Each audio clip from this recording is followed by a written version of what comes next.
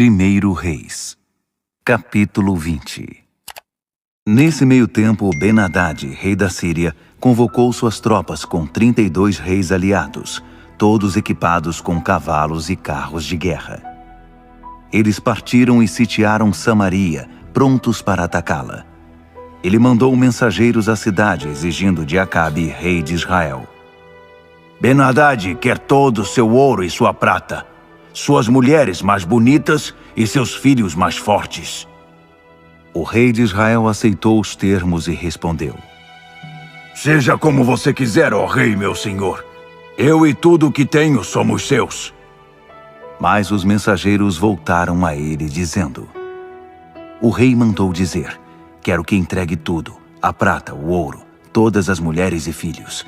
Em 24 horas os meus soldados vão vasculhar o seu palácio e as casas dos seus oficiais, e trarão tudo o que considerarem valioso. O rei de Israel convocou as autoridades de Israel e disse: Vejam só, ele está arrumando confusão. Quer tirar tudo o que possuo, exigindo todas as minhas mulheres e filhos, mesmo depois de eu não ter negado nada do que ele exigiu. As autoridades, apoiadas pelo povo, responderam: Não concorde, não ceda em absolutamente nada. O rei mandou os mensageiros dizerem a Ben-Hadad: Digam ao rei, meu senhor, que concordo com os termos da primeira exigência, mas com essa outra não concordo. Os mensageiros levaram a resposta. Ben-Hadad mandou dizer: Façam os deuses o que quiserem comigo se eu não transformar Samaria em ruínas. O rei de Israel retrucou: É mais fácil começar uma luta que terminá-la. Quando Ben-Hadad ouviu isso, ele estava bebendo com os outros reis. Embriagado, ordenou: Vão atacá-los! O exército avançou contra a cidade. Ao mesmo tempo, um profeta foi enviado ao rei Acabe de Israel e disse: Assim diz o Eterno, você está vendo esse bando de malfeitores? Hoje mesmo vou entregá-los nas suas mãos, e você saberá que sou o Eterno. Acabe perguntou: Mas quem fará isso? O Eterno respondeu: Os jovens chefes das províncias. Acabe perguntou ainda: E quem atacará primeiro? Ele respondeu: O Senhor. Acabe fez o levantamento dos jovens chefes das províncias e contou 232. Depois, reuniu todas as tropas de Israel, 7.000 ao todo. Ao meio-dia partiram. Ben-Hadad e seus 32 aliados continuavam bebendo no campo. Os chefes das províncias avançaram, e alguém avisou Ben-Hadad: Há homens vindo de Samaria! Ele disse: Se eles vêm paz, capturem-nos para servirem de reféns. Se vêm para atacar, façam a mesma coisa. Os chefes das províncias, seguidos por todo o exército, atacaram. Um violento combate corpo a corpo. Os arameus se espalharam pelo campo, perseguidos por Israel. Mas Ben-Hadad, rei da Síria, escapou montado num cavalo e seguido por sua cavalaria. O rei de Israel avançou, matou os cavalos e destruiu os carros. Foi uma derrota vergonhosa para os arameus. Passado um tempo, o profeta foi dizer ao rei de Israel: Esteja atento, reforce seu exército, avalie sua capacidade e monte uma estratégia. Antes do final do ano, o rei da Síria voltará com toda a força. Enquanto isso, os conselheiros do rei da Síria disseram: Os deuses deles são deuses das montanhas. Não temos como vencê-los lá. Então, vamos lutar contra eles nas planícies, onde teremos mais chance. Faça o seguinte: substitua cada um dos reis por capitães. Depois, recrute um pelotão equivalente ao exército que desertou anteriormente. Providencie cavalos para os cavaleiros e carros para os condutores, e lutaremos contra eles na planície. Desta vez, vamos derrotá-los com certeza. O rei gostou do conselho e fez conforme o aconselharam. No início do ano, Ben-Hadad reuniu os arameus e foi para Afeque com a intenção de atacar Israel. O exército israelita se preparou para a guerra e saiu para enfrentar os arameus. Israel acampou diante dos arameus em 2 grupos, como 2 rebanhos de cabritos. Os arameus enchiam a planície.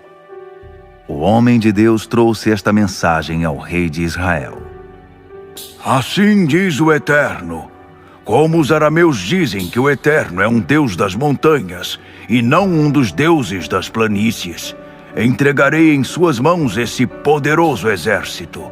Então você saberá que eu sou o Eterno. Durante 7 dias, os 2 exércitos ficaram acampados um de frente para o outro. No 7º dia, a luta começou.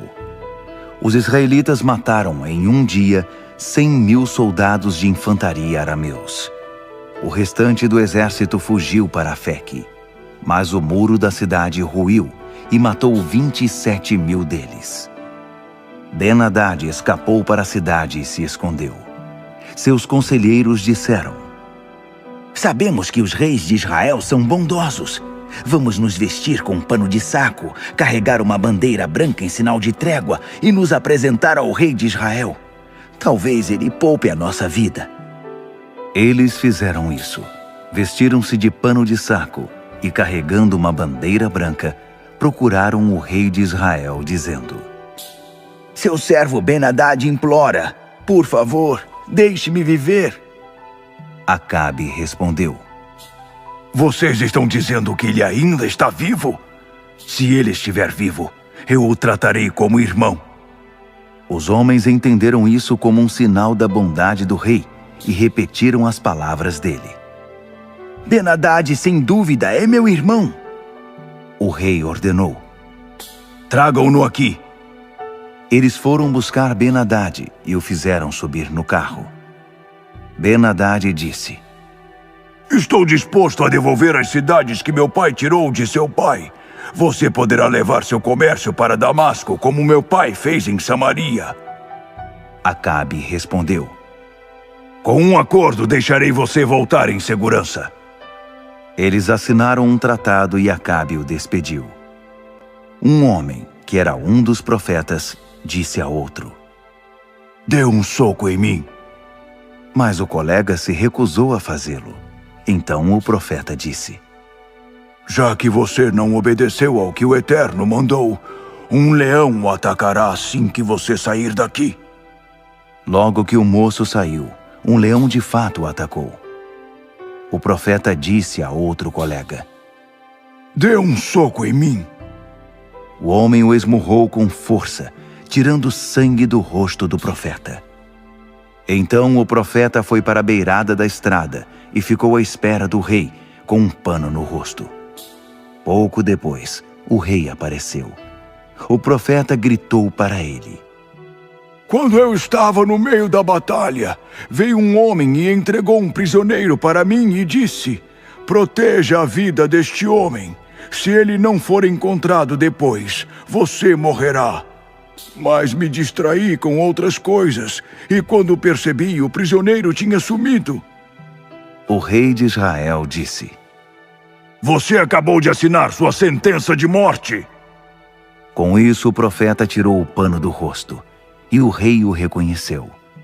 O profeta disse ao rei: assim diz o Eterno: já que o Senhor libertou o homem que eu tinha determinado que morresse, o Senhor pagará com a vida, e o seu povo será destruído no lugar do povo dele. O rei voltou para casa indignado e chegou a Samaria muito aborrecido. Levante-se e vá até Acabe de Samaria, rei de Israel. Você o encontrará na vinha de Nabote. Ele está lá para tomar posse da propriedade. Diga a ele: assim diz o Eterno: o que está acontecendo aqui? Primeiro assassinato, depois roubo. Depois diga a ele: assim diz o Eterno: no mesmo lugar em que os cães lamberam o sangue de Nabote, lamberão o seu também. Acabe disse a Elias: Você me encontrou, meu inimigo? Elias respondeu: De fato, encontrei você. E já que você se vendeu para cometer esse erro contra o Eterno, ele diz: Vou destruir você e aniquilar seus descendentes, matando todos os que são do sexo masculino e tenham qualquer relação com o nome de Acabe. Farei com você o mesmo que fiz com Jeroboão, filho de Nabate, e com Baasa, filho de Aías. Você provocou a minha ira, levando Israel a cometer pecado. Quanto a Jezabel, diz o Eterno, os cães devorarão Jezabel perto do muro de Jezreel. Todos os que pertencem à família de Acabe e morrerem na cidade serão devorados pelos cachorros, e quem morrer no campo será devorado pelos corvos. Acabe, influenciado por sua mulher Jezabel, cometeu todo tipo de pecado contra o Eterno. Ele foi muito pior que seus antecessores. Entregou-se a atos perversos diante dos ídolos, como os amorreus que o Eterno tinha expulsado do território de Israel. Quando Acabe ouviu as palavras de Elias, rasgou a própria roupa, vestiu panos de saco e jejuou. Ele até dormia com panos de saco e andava cabisbaixo. Então o Eterno disse a Elias o tesbita: Observe que Acabe acatou a minha palavra e se humilhou diante de mim. Por causa do seu arrependimento, não causarei desgraça durante a vida de Acabe, mas durante o reinado de seu filho.